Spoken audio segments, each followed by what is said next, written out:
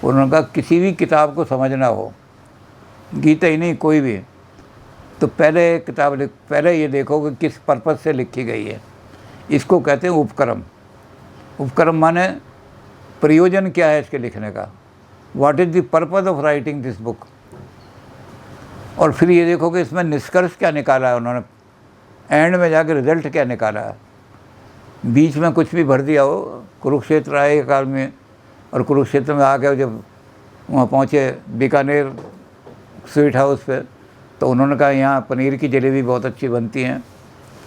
तो अपनी यात्रा में उन्होंने पनीर की जलेबी का वर्णन कर दिया, लेकिन उससे जो पर्पस से लिख रहे थे कुरुक्षेत्र के तीर्थ की महिमा, उसका जलेबी से कोई मतलब नहीं था। तो ऐसे ही उन्होंने कहा कि बीच में बहुत सारी चीज़ें भर जाती हैं, उन चीज़ों को वो तो ऐसे ही भारत के लिए रख देते हैं उनको कि आ गया बीच में कुछ मसला आ गया, बीच में चलते। उन्होंने करते करते उन्होंने कहा भाई ये हम कलकत्ता जा रहे हैं, कलकत्ता करते उन्होंने रास्ते में गाड़ी से कह दिया कि देखो ये रास्ता प्रयाग को जाता है, प्रयाग बहुत अच्छा है। तो प्रयाग का वर्णन करने लगे, तो पर्पज़ जो है हमारा वो कलकत्ता जाने का था, प्रयाग नहीं था।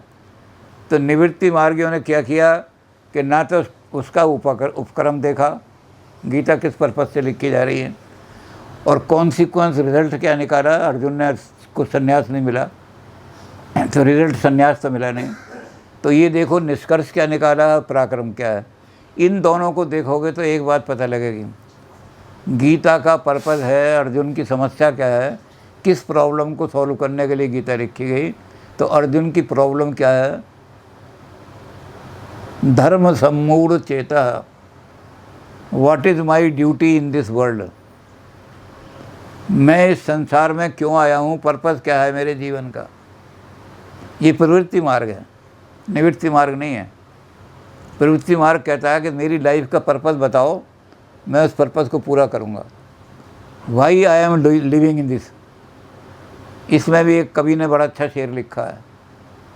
वो शेर बड़ा सुंदर शेर है, जो इन्होंने जो बहुत कुछ प्रवृत्ति मार्ग पर लिखा, उसको एक शेर में उर्दू में उन्होंने छोड़ दिया। उन्होंने कहा किस लिए जीते हैं हम, किसके लिए जीते हैं। सुबह रोटी खा ली, शाम को रोटी खा ली, एक 11 पैदा कर दी, 11 बच्चे पैदा कर दिए, क्रिकेट की 11 घर में बन गई। क्या इसीलिए दुनिया में हम आए हैं? तो कहते किस लिए जीते हैं और किसके लिए जी रहे हो आप। किस लिए जीते हैं और किसके लिए जीते हैं, बारहा ऐसे सवालात पे रोना आया। जब कोई हमसे ये क्वेश्चन करता है भाई क्यों जी रहा है तो, अगर तुझे परेशानी है तो मर जा जाकर, क्यों जी रहा है और किसके लिए जी रहा है। जब तुझे निवृत्ति मार्गी कहते हैं, सारे निवृत्ति मार्गी जब भी बोलेंगे वो यही कहेंगे ये सब भाई का रिश्ता, ये बहन का रिश्ता सब झूठे हैं संसार में, अंत में तेरे कोई काम नहीं आएगा।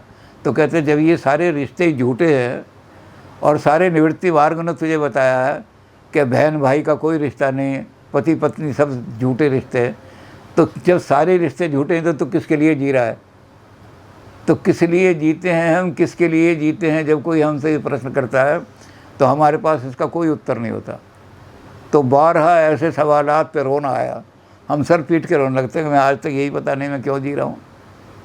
और जब सारे निवृत्ति मार्गी जितने भजन हैं उनमें यही है, कोई नहीं तेरा संसार के अंदर अंत में ना भाई साथ देगा ना बहन साथ देगी ना ये। तो कहते किसके लिए जी रहा है तू। तो कहते मैं रोने लगता हूँ कि इसका उत्तर नहीं है। क्यों नहीं है उत्तर, क्योंकि मैं निवृत्ति मार्ग पे जा रहा हूँ, प्रवृत्ति मार्ग पे रहूँगा। तो प्रवृत्ति मार्ग पे रहूँगा तो पर्पज़ पता लगेगा। पर्पज़ क्या है, धर्म सम्मूढ़ चेता, इस पर्पज़ को लेके गीता लिखी गई है। और गीता के अंत में भी यही निष्कर्ष निकलता है, स्वे स्वे कर्मण्य अविरता संसिद्धिम लभते नरा।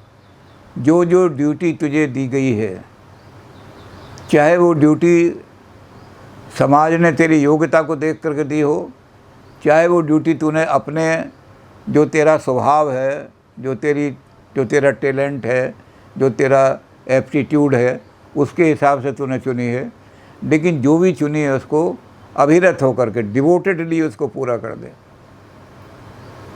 उसको बोझ समझ के मत कर। 5 बजे के बाद एक आदमी दफ्तर में कहा कि भाई ये चिट्ठियाँ बड़ी इम्पोर्टेंट हैं, ये आज ही जानी चाहिए। उसने कहा जी ओवर टाइम का बिल बना दो 1 घंटे का। ये डिवोशन नहीं है, ये सौदागिरी है। लेकिन जब ये कि काम है उसको करके ही जाना है, जब तक ये काम समाप्त नहीं होगा मैं जाऊंगा, तो चिट्ठियों को डिस्पैच करेगा तो बोझ समझ के नहीं करेगा, वो कहेगा मुझे काम को पूरा करना है। तो स्वे स्वे कर्मण्य अभिरता, जो जो तूने काम संभाला है दुनिया के अंदर, उसको तू अभिरत होकर के, डिवोटेड होकर के पूरा कर दे, तो तुझे मोक्ष के लिए कुछ करने की ज़रूरत नहीं। संसिद्धिम लभते नरा, अपने आप तुझे मोक्ष मिल जाए। तो तिलक की गीता एक यूनिक चीज़ है। हिंदुस्तान के अंदर प्रवृत्ति मार्ग की व्याख्या गीता रहस्य में मिलेगी। और उस गीता रहस्य में जो उन्होंने कह दिया, मैंने इसका नाम रहस्य इसलिए रखा है कि जितने करोड़ों बंदर कूद करके गए समुद्र से, एक को भी पता नहीं समुद्र कितना गहरा है। तो समुद्र का रहस्य जानना है तो गीता के पराक्रम को किस पर्पस से लिखी गई और क्या उसमें उसका रिज़ल्ट क्या निकाला गया, निष्कर्ष क्या निकाला गया, इन दोनों को देख करके तुम बीच में से कोई चीज़ पकड़ के लिख लेते हो, उस पकड़ने के काम नहीं चलेगा। तो उपाक्रम को देखो, निष्कर्ष को देखो, और तब गीता को रहस्य को समझने के अपने आप पता लग जाएगा। तो गीता रहस्य की यूनिक देन है तिलक जी जो उन्होंने वहाँ। तो इसीलिए गीता इनकी एकदम जैसे ही छपी तुरंत बिक गई। सारे महाराष्ट्र में इतनी डिमांड हुई कि सारी गीता फटाफट बिक गई। संस्करण छपने लगे इसके धड़ाधड़। आज ये गीता तिलक की गीता रहस्य प्रवृत्ति मार्गियों के लिए एक वेद की तरह से बन गई है। ये तिलक की गीता एक ही गीता है ऐसी यूनिक जो प्रवृत्ति मार्गियों की तरह रखी है। हालांकि विवेकानंद है, उन्होंने थॉट ऑन गीता, उसमें बहुत सारी बातें प्रवृत्ति मार्गियों वाली ली हैं, लेकिन कोई विधिवत रूप से पूरा व्याख्या नहीं की। इन्होंने पूरी व्याख्या शुरू से आखिर तक की है और ये सिद्ध कर दिया है कि गीता प्रवृत्ति मार्गी है। गीता भागवत धर्म का अंश है। भागवत धर्म निवृत्ति मार्ग नहीं है। निवृत्ति मार्गियों ने देश को निकम्मा बना दिया। जहाँ देश में गांडीव उठाना था, इन्होंने देश को अर्जुन की तरह से, जैसे अर्जुन को हिजड़ा बना दिया था, इन्होंने कृष्ण के हाथ में ढोलकी दे दी और अर्जुन को बिरन्नला बना के खड़ा कर दिया। तो 1000 साल तक हमारे देश को, युवक को नपुंसक बनाने वाले ये निवृत्ति मार्गी हैं सारे। इसलिए प्रवृत्ति मार्ग ने देश को जगा कर खड़ा कर दिया। ये क्रांति का अग्रदूत बन गए।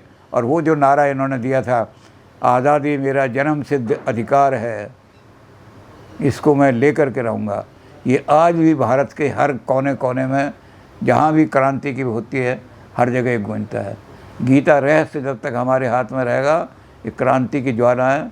हम कभी भी अपमानित होकर के नहीं जिएंगे और कभी भी इस तरह से नहीं बैठेंगे कोई हम पे प्रहार करे तो हम हाथ जोड़ करके खड़े हो जाएं। हम तिलक वाली बात करेंगे, भागो मत, प्रहार करो।